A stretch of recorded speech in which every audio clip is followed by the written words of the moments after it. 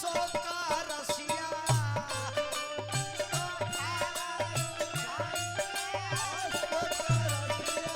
ऊंची ऊंची कोठावा उठाइए अशोका रसिया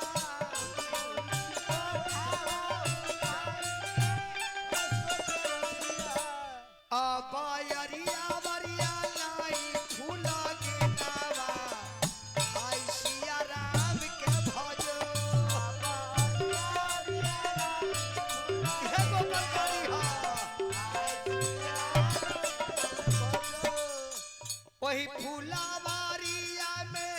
ओइली दिल करू बहू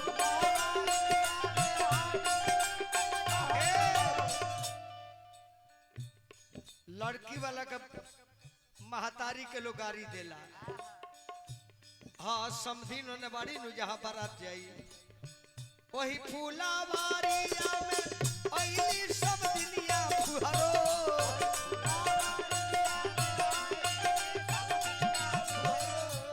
अब तूर लेली राउर फूला के नावा आई सिया राम के भजो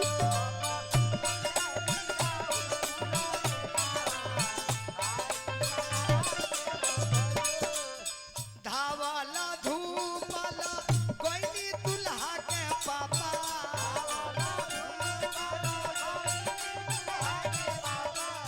कान के समधी सब फूल तूर ले बाड़ू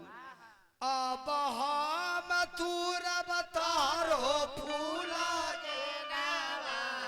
हाय सिया राम के एकर नाव गोपाल गारी हो ए बरा जाई ना लईगी गाओ तरी सो कैसे अंग्रेजी में गारी गाओ तरी सो कैसे तुम तारा रा रा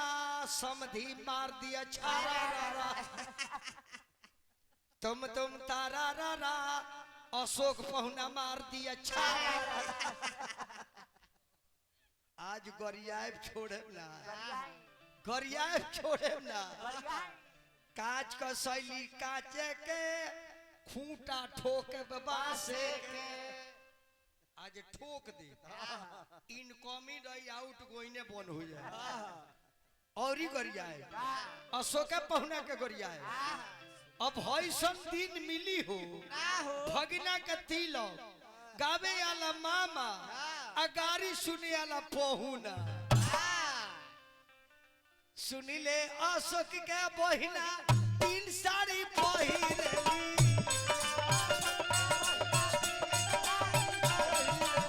सुनिले पहुना के बहिना 3 साड़ी पहिरली अब लाला का पियर का हरियर का खूब बढ़िया लाले हलाला का पियारा पियारा का हो अब सब माजा मारे हरिहरा का अरे सुनिले पहुना के बहिना 3 मर्दा राखेले कवन कवन अब बूढ़ावा जवाना का लोरी कावा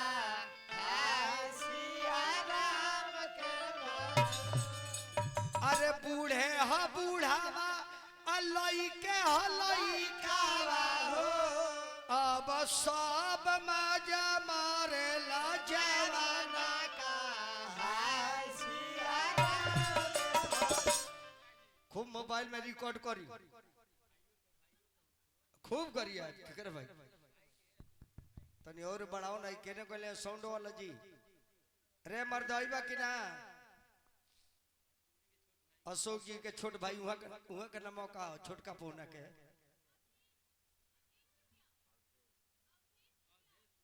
अवधेश जी उहो का गरिया हम छोड़ा तनी दोनों पहुना के अरे री माझी मारी माझी मा देवा बारी सी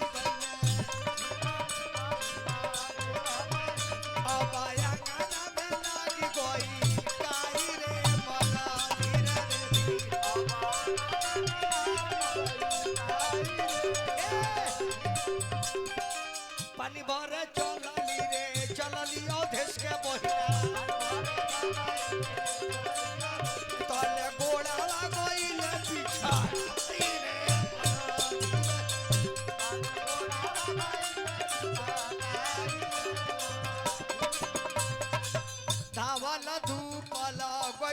दुल्हा के मामा अब फुहारो के लिहाले उठाई रे माना धीरे देखी तो यहाँ के बहन के भाड़ा उतरने तो पैसा कितना देता तब दुल्हा का मामा का कोई नहीं हे पहुना के बहन के अरे आजर टोवेले पाजर टोवेले अब कावाना गोतरिया लागल चोट रे माना धीरे धीरे तब पहुना के बहिना का कहली ए गिरी जी अरे ना चोटाया जर में ना चोटा पाजर में तो केने बा चोट केने उनका रोशन चौकी में लाग गई चोटा रे माना धीरे धीरे उनका मन रखनी में लाग गई चोटा रे माना धीरे धीरे अरे सुनी सुनी लिए पहुना सरऊ गाई अरे बहिना के कोत हक दुआरी ओई में चले टमटम गाड़ी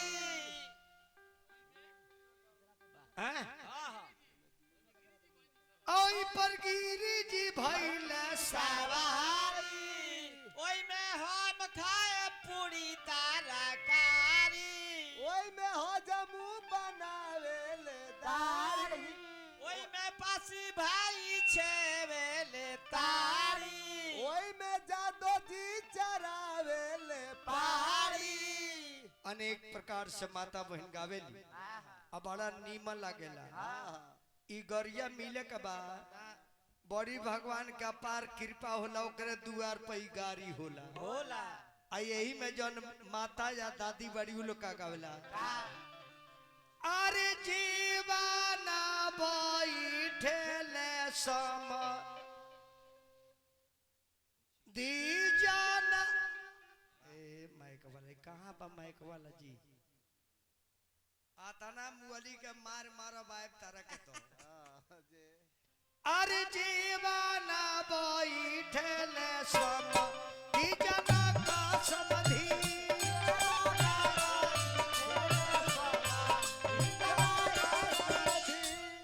बस्तारा धारी ना उतारी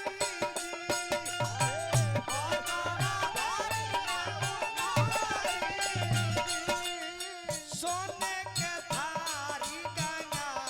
जल पानी है बहुआ पखारी नौआ बारी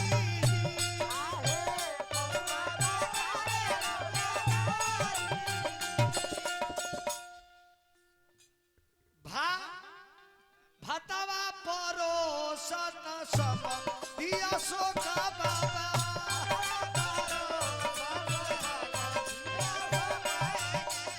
दलिया परोसी उहाँ के भाई दालाई भात परवल के भुजिया हो आ ऊपर से दही रौरा ए गारी के गारी जानी बूझी हो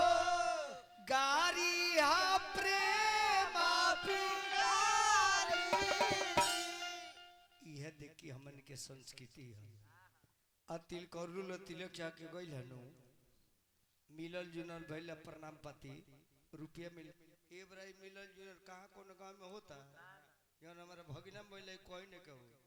और तो अइले खइले गइले ना आवत केहू देखता ना उनकर खाइल देखता और ना उनकर चल गइल केहू देखता प्रणाम जी चलता नहीं तनी गाड़ी के एक्सल खराब भइल बा बनवाहू के बा अइले खइले गइले पहले लेकिन तिलकरी का मतलब है कि खाना पीना खा के मिल के जुल के जाए के चाहिए और लास्ट में का भइले देखलू है उजाना लड़किया से शादी होता उ भगिन पतो जौन हन बिया ए जिसे पूरी तरकारी कपड़ा लाता बांध के गइल है लड़किया के भोजन करे के यही ले ले जाई सबे हमर बेकत खाई और लड़की का रात भर नींद ना लगी उ लड़की जब वो भोजन देखे ले तो ओकरा आंख से आंसू गिरेला जे देखो भोजन आइल बा वही घर में हमरा जाए के बा जाना घर से ही भोजन आइल बा आज के बाद यही भोजन के सहारे जीवन बिताओगे यही भोजन के कारण तो ने लड़की वाला लौट के अगर 3 तारीख के बियाह बा अब लड़की वाला की का होई बिना से चालू हो जाई लड़की की यहाँ मारो मटकोर आईने भगिना की यहाँ कथा मटकोर अरे उतारता चैतावाई बाबा चढ़ल पैसा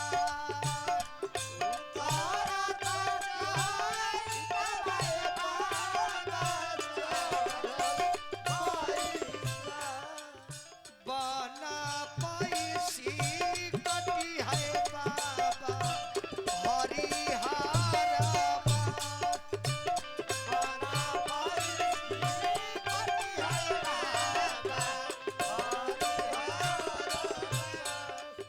चारों बसवा गोरी है बाबा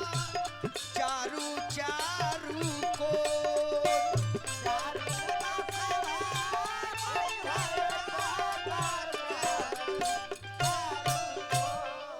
आए का बसवा गोरी है बाबा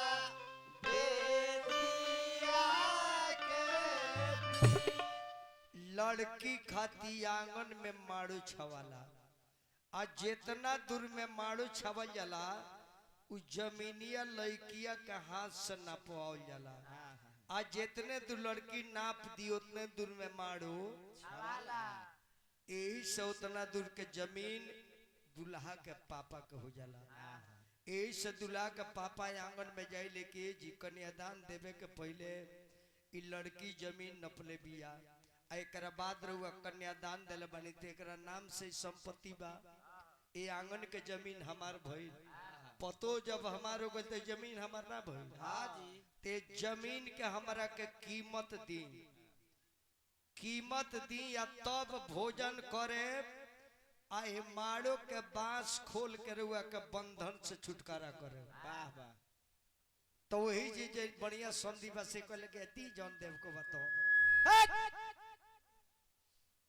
तो नहीं के जमाने की माइक वाला वो दिन अगर करब तो बताए तो टांग के लेके चल जाए कहाँ बा लात के लेके मैं को चल जाए वही में जे नीमन समधी बा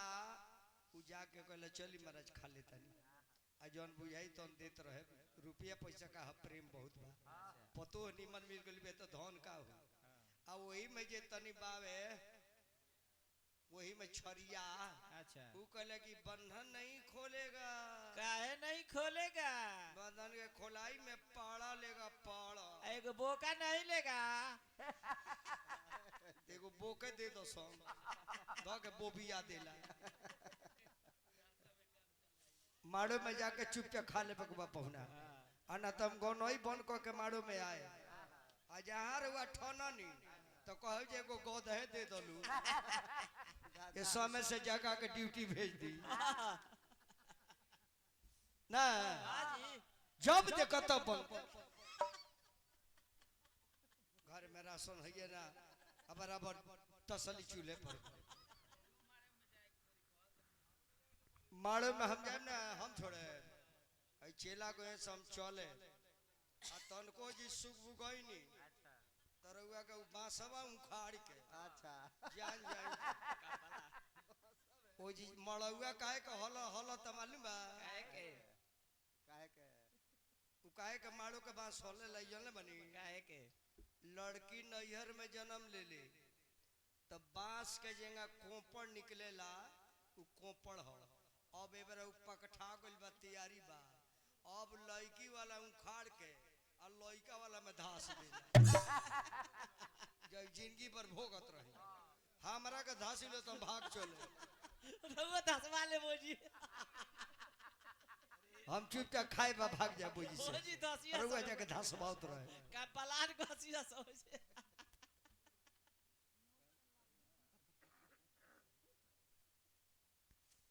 उ त हम जानता नहीं हम उ सब जानता नहीं इहे एगो शादी बा जौन निःशुल्क होता ऐसे गांव के लोग जानते हो कि दहेज ओज बड़ा मिलल हो लेकिन हई जौन मिलल बा श्रद्धा से लोग अपना मन दे ले लेकिन लिहल लड़की निमन मिल जा पतोह निमन मिल गई दुल्हन ही दहेज है अना तो अगर बाप दे दे 10 लाख रुपया आऊ आवे तो कहे जे अम्मा जी चाय पी ले का तो हमार जान ली आजाद सास को तर जे ए बाबू दहेज दिल बड़ तो का करबू इज्जत ना करबू का है ना सुना एक बेर कहबे हेंगान तर दे चली तो उ जौन दहेजवा दिल बे उ कह जे अम्मा जी हमरो अब कानून सुन ली हमू जा हेंगा कोनी तब बुझी जे ना तारा से 20 मानी दहेज दिल बानी आ जौन दहेज दे के ना आई